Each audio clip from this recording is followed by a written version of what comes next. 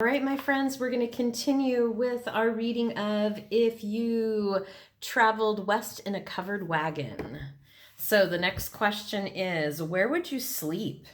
Sometimes you would sleep in the wagon, sometimes under it, sometimes in a tent, and sometimes out in the open under the stars. There wasn't enough room in the wagon to bring a mattress for everyone in the family. So, if there was only one mattress, usually your mother and father would sleep on it.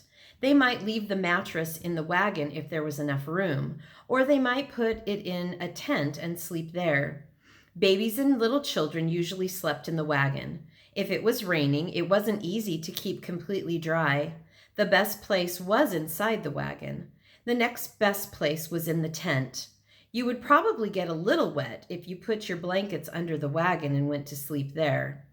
If it looked like it might rain when your parents set up the tent, they would dig a ditch around the tent so the water would run off into the ditch and not under the tent. That's good. If you were going to sleep under the wagon when it was raining, your mother and father would wrap your blankets in an oilskin, which is a piece of cloth that has been rubbed with oil and is waterproof. In good weather, the nicest place to sleep was out in the open under the starry skies. If you lay on your back and looked up at the faraway stars, you could pick one, call it Oregon, and try to think how long it would take you to get there. Oregon would seem almost as far as that star. And here's a picture of them sleeping out in the open and by the campfire.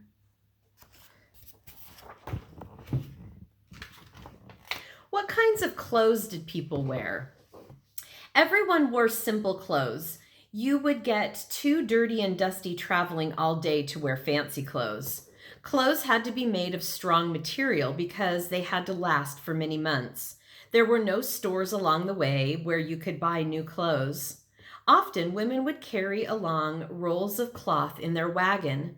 Then they would make new shirts or dresses when the old ones were torn or too worn to wear anymore. Boys wore shirts and pants made of cotton or buckskin, which is leather made from the skin of a deer. It is soft and strong and yellow or gray in color.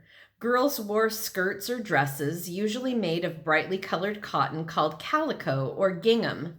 It had stripes or checks or flowers in different colors. You spent so much time walking alongside the wagon that it was very important for everyone to wear sturdy, strong shoes. But the trip was so long that they often wore out. Then you would hope that someone in the wagon train was a shoemaker. If not, your mother and father would help fix the worn-out shoes. Another important thing to have was a hat or bonnet. Remember that in those days there was no sunglasses, and the sun was very bright and hot. So boys would wear hats with wide brims and girls would wear bonnets that would help protect their eyes. Remember we talked in the story about the girls wearing the bonnets, and I showed you my dolls. This would be a typical boy outfit and a typical girl outfit if you were in a pioneer.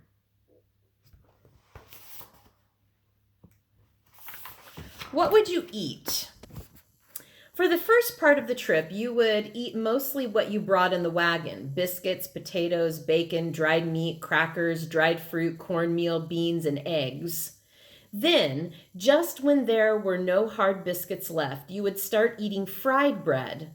There was no real ovens to bake in, so your mother would mix dough and then fry it in a pan. There she's making some fry bread.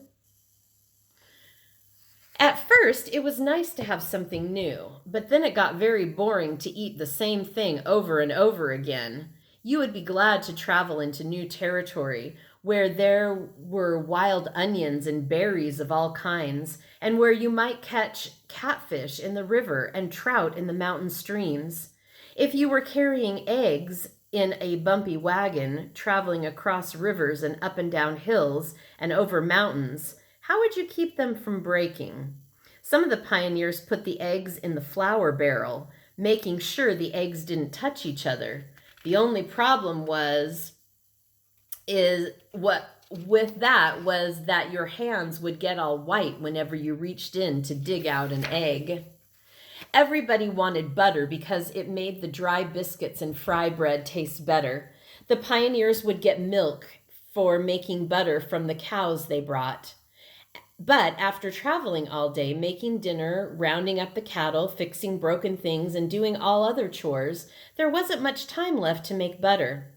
Some of the women discovered an easy way to make it. Mama did in the story, huh? They would hang a milk can from the wagon hoops or tie it to the side of the wagon. As the wagon bumped along the trail, the milk bounced around so much that in a few hours, when you opened the can, there was a ball of butter at least an inch thick and lots of smaller pieces. The butter made itself. After traveling for many weeks, the wagon trains traveled into buffalo country, and that meant new and delicious food. How did you make the buffalo meat last a long time? The buffalo was a very big animal with lots of meat on it. There was too much meat to eat all at once, and so the pioneers learned from the Indians how to dry the meat and keep it for a long time. The way to dry it was called jerking. Have you ever had beef jerky? Well, this is buffalo jerky. First, the meat was cut into strips about 1 inch thick. Then the strips were heated over a very low fire for several hours. Another way to dry the meat was to put it out in the sun. It would take about 2 days to dry.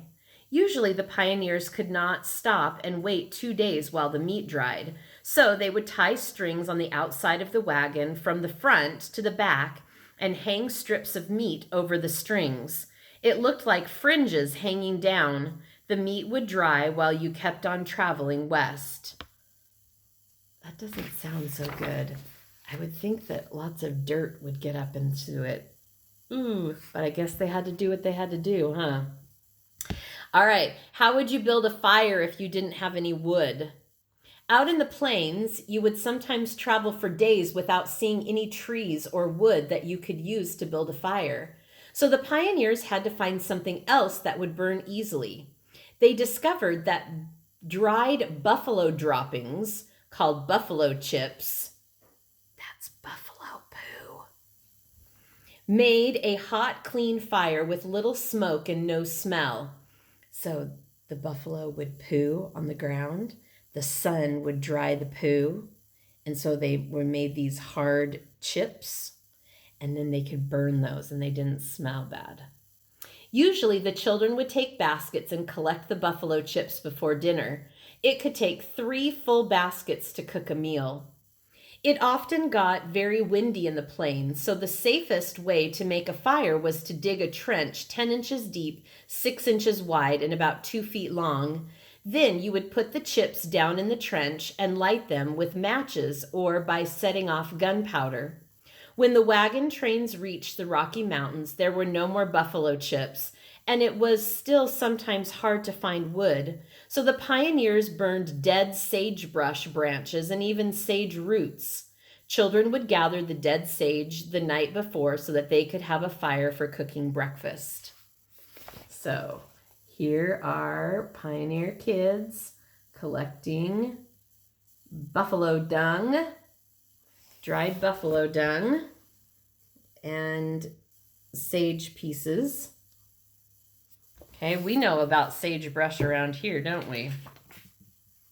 All right. What happened if you met an Indian along the trail? For most of the trip west, people traveled through land that Indians lived in. There were many different tribes such as Blackfoot, Cheyenne, Pawnee, Crow, Sioux, Bannock, and Shoshone. Some of the Indians were friendly and some were not. All of them were surprised to see the big wagon trains moving slowly across their lands. If you met friendly Indians, you could trade with them. You might give them things they wanted and they would give you things you wanted. One thing all the pioneers wanted was moccasins. These were soft but strong shoes made of deer or buffalo skin. They were often decorated with colored beads. The Indians wanted cloth, red paint, glass beads, and metal fishing hooks. So they would often trade. Because remember, the pioneers' shoes were wearing out, and if you didn't have a way to repair those, moccasins were the next best thing. If the Indians were not friendly, they might try to steal the cattle and horses. That's why it was very important to have guards stay awake at night and watch over the wagon train. Sometimes a guard would accidentally fall asleep or be caught by Indians and tied up. Then the Indians would take the cattle and horses. Often the pioneers could pay the Indians for the cattle to get them back. This was called paying a ransom. Sometimes a group of Indians got very angry that all these strange people were crossing their lands, so they would fight with the pioneers. When that happened, all the wagons would form a circle. Younger children would usually lie down inside the wagon so that they wouldn't be hurt during the fighting. Then everybody who knew how to use a gun would help out. Most of the time in the 1840s, though, there was not much fighting. The real wars with the Indians began in the 1850s and 1860s. That's when the pioneers began to build their homes all across the lands where the Indians lived. See, they were looking at these pioneers coming across thinking, what is going on around here?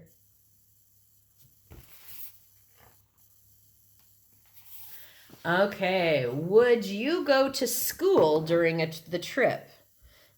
So let's talk about school. It all depended on how many children were in the wagon train.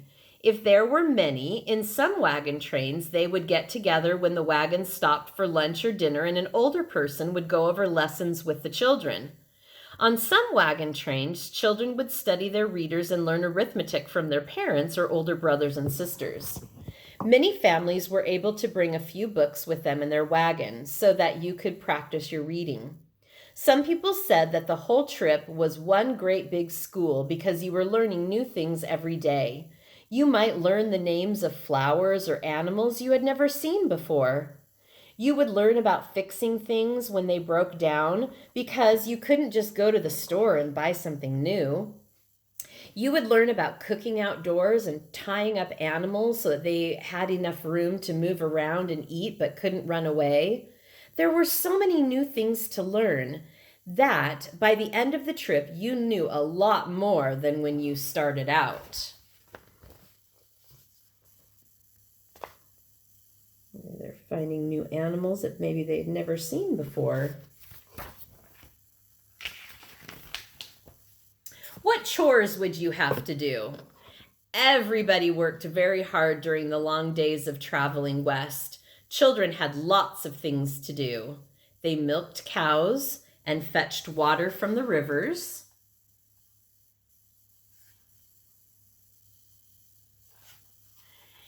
And watched cattle when they walked behind the wagons, and helped cook the food and washed dishes and helped skin and prepare the buffalo or deer or wild turkey when they were caught.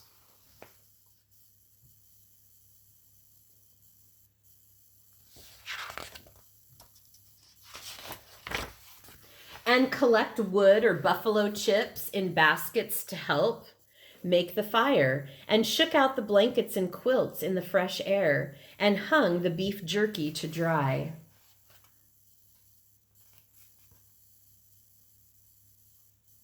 They had lots of chores. I'm kind of thinking the chores my girls have aren't so bad. What are your chores around the house? Do you have to make buffalo beef jerky or buffalo jerky? I don't. Do you have to collect buffalo chips? I don't. Some of it was hard work, some easy, but most of the chores were interesting because instead of living in a house, you were living in a covered wagon, and things had to be done in new and different ways. Could you have fun on the trip? If you like going places that you had never been before, and if you like seeing things for the first time that you have only heard or read about, you would have a lot of fun. For there was something new to see and hear almost every day. During the day, there would be a chance to explore a little if you didn't go too far from the wagons. Then, at night, after you helped with dinner and cleaned up the dishes, many interesting things happened. Usually, there was someone in the wagon train who knew how to play a harmonica or a fiddle. Everyone would gather around and sing songs and dance. Sometimes you would sit by the campfire and listen to stories, maybe even a ghost story. And if the sun was shining in early July, the July 4th celebrations were something very special. Everybody prepared for days for an Independence Day party. Most people didn't carry an American flag with them on the trip, and so they had to make one. You would need something red and something white and something blue so you would look for just the right material. First, you would take a sheet for the white of the flag. In one wagon train, they cut up the red shirt to make the stripes and a blue jacket for the stars to be sewn on. By the end of 1845, you would have needed 28 stars, not 50 like we have today. If you knew how to sew, you could help make the flag, and before you knew it, Old Glory would be ready. Well, they had to make their own flag. Then came the big feast. Buffalo and antelope meat, sage hens, a little bit like chickens, and jackrabbits, and of course potatoes and beans and rice and a special treat of pickles, if someone had brought them on the trip. For dessert, there were different kinds of cakes and chocolate. Everybody ate so much they thought they would never eat again. It was a day you would remember for a long, long time. All right, my friends, we're going to stop right there for today. Tomorrow we're going to finish the book and we will get started on fudge after that. All right, have a great day, my friends. Bye.